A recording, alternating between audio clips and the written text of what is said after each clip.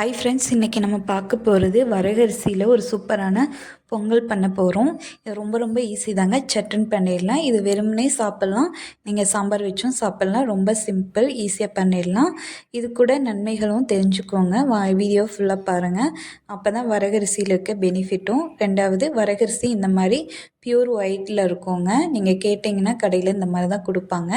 இது சிறுதானியம் அப்படிங்கிறதுனால நம்ம உடம்புக்கு அவ்வளோ நன்மை இருக்குங்க. இது நான் 1 டம்ளர் எடுத்துக்கிறேன். இது கூட பாதி அளவுக்கு பாசிப்பருப்பு எடுத்துக்கோங்க. நீங்கள் எந்த டம்ளரில் எதில் எடுத்தீங்கனாலும் பாதி பங்கு, 1 பங்கு அரிசினா அரைவாசிக்கு நீங்கள் பாசிப்பருப்பு சேர்த்துக்கோங்க. இதை நல்லா தண்ணியை அலசிட்டு நல்லா கழுவி எடுத்துகிட்டு நீங்கள் ஒரு 1/2 மணி நேரம் ஊற வச்சுக்கோங்க. அதுக்கப்புறம் பொங்கல் பண்ணுங்கள். பொங்கல் நல்லா குலைவாக சூப்பராக வரும். அதனால் நம்ம தண்ணிலாம் வடிச்சிட்டு நம்ம இது பொங்கல் வைக்கிறதுக்கு எவ்வளோ தண்ணி ஊற்றணும்னு பார்த்துக்கோங்க. நான் 1.5 டம்ளர் மொத்தம் சேர்த்து 1 டம்ளர் போட்டிருக்கேன்.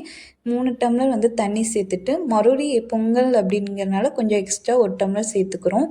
நீங்கள் வேணும்னாலும் இன்னும் 1/2 டம்ளர் கூட சேர்த்துக்கோங்க, 1.5 டம்ளர் கூட சேர்த்துக்கோங்க. நான் மொத்தம் 4 டம்ளர் அளவுக்கு தண்ணி ஊற்றிருக்கேன். இவ்வளோதாங்க. இது நல்லா ஊற வச்சிடலாம். நம்ம இந்த தண்ணியில் தான் நம்ம பொங்கல் பண்ண போகிறோம். இப்போ நம்ம அரிசியும் பருப்பையும் நல்லா அதில் குக்கரில் போட்டுக்கோங்க. போட்டுட்டு இது கூட நெய்யும் கொஞ்சம் உப்பும் போட்டு வேக வச்சு எடுத்துருங்க. நல்லா குழைய வேக வச்சுருங்க. அடுப்பு மீடியம் ஃப்ளேமில் வச்சுருங்க, இல்லைன்னா அடி பிடிக்கும். அதனால் சாப்பாடு பொங்கல் வைக்கையில் கொஞ்சம் நெய் சேர்த்துங்கும்போது டேஸ்ட் நல்லாயிருக்குங்க. பொங்கல் நல்லா கொல கொலன்னு டேஸ்ட் நல்லாயிருக்கும். அதனால் கொஞ்சம் நெய் சேர்த்துட்டு நான் இது மாதிரி கலக்கி விட்றேன். உப்பும் நெய்யும் சேர்த்துட்டுக்கோங்க. விசில் மீடியம் ஃப்ளேமில் வச்சு ஒரு 5-6 விசில் விட்டுக்கோங்க. உங்களுக்கு பொங்கல் நல்லா குழைய வரணும். அப்போ தான் பொங்கல் டேஸ்ட்டாக இருக்கும். இந்த மாதிரி குக்கரில் விசில் போட்டு எடுத்துக்கோங்க. இப்போ பார்த்தீங்கன்னா பொங்கல் நல்லா குழைய வெந்துருச்சு, பார்த்தாலே தெரியும். இப்போ இந்த பொங்கல் சாப்பிட்றதுனால நல்லா வெயிட் லாஸ் ஆகுங்க. சுகர் பேஷண்ட் சாப்பிட்லாம்.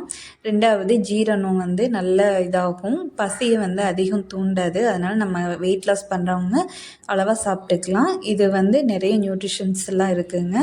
கண்டிப்பாக இதை மில்லட்ஸ்லாம் நிறைய நம்ம உணவில் சேர்த்துக்கணுங்க.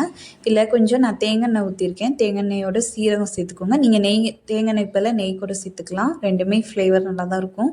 இது கூட மிளகும் சேர்த்துக்கோங்க. அதே மாதிரி இஞ்சி குட்டி குட்டியாக கட் பண்ணிக்கோங்க. பச்சை மிளகா, கருவேப்பிலை, அடுத்து பார்த்திங்கன்னா முந்திரி, இது எல்லாமே சேர்த்து நல்லா வதக்கி விடுங்க. இந்த வதக்கி விடுற டைமில் நீங்கள் லாஸ்ட்டாக பெருங்காயத்தூள் போட்டு வதக்கிக்கோங்க. இப்போ இது நல்லா எண்ணெயிலே வதங்கி வரணும். நீங்கள் எண்ணெயை விட நெய் ஊற்றும் போது இன்னும் டேஸ்ட் நல்லாயிருக்கும். நான் நெய் அதில் நிறைய ஊற்றுறதுனால எண்ணெய் யூஸ் பண்ணியிருக்கேன். அதனால் நீங்கள் இந்த மாதிரி பண்ணிக்கோங்க. இப்போ பார்த்தீங்க அப்படின்னா கொஞ்சம் இது கூட பெருங்காயத்தூள் போட்டுக்குவோம். அவ்வளோதாங்க. பெருங்காயத்தூள் போட்டு நம்ம நேரம் இது பண்ணால் ஆல்ரெடி வதங்கிடுச்சு. இதை அப்படியே எடுத்து கொட்டிடலாம். அவ்வளோதாங்க. ரொம்ப சிம்பிள். பொங்கல் பண்ணுறது அவ்வளோ ஈஸி. டக்குன்னு சட்டுன்னு வேலை முடிஞ்சிடும். நீங்கள் நார்மலாக பச்சரிசி சாதத்தில் பண்ணுறதை விட நீங்கள் சிறுதானியத்தில் பொங்கல் பண்ணி சாப்பிடுங்க. உங்களுக்கு நிறைய நியூட்ரிஷன் இருக்குது. வெயிட் லாஸ்க்கும் நல்லா சப்போர்ட் பண்ணும்.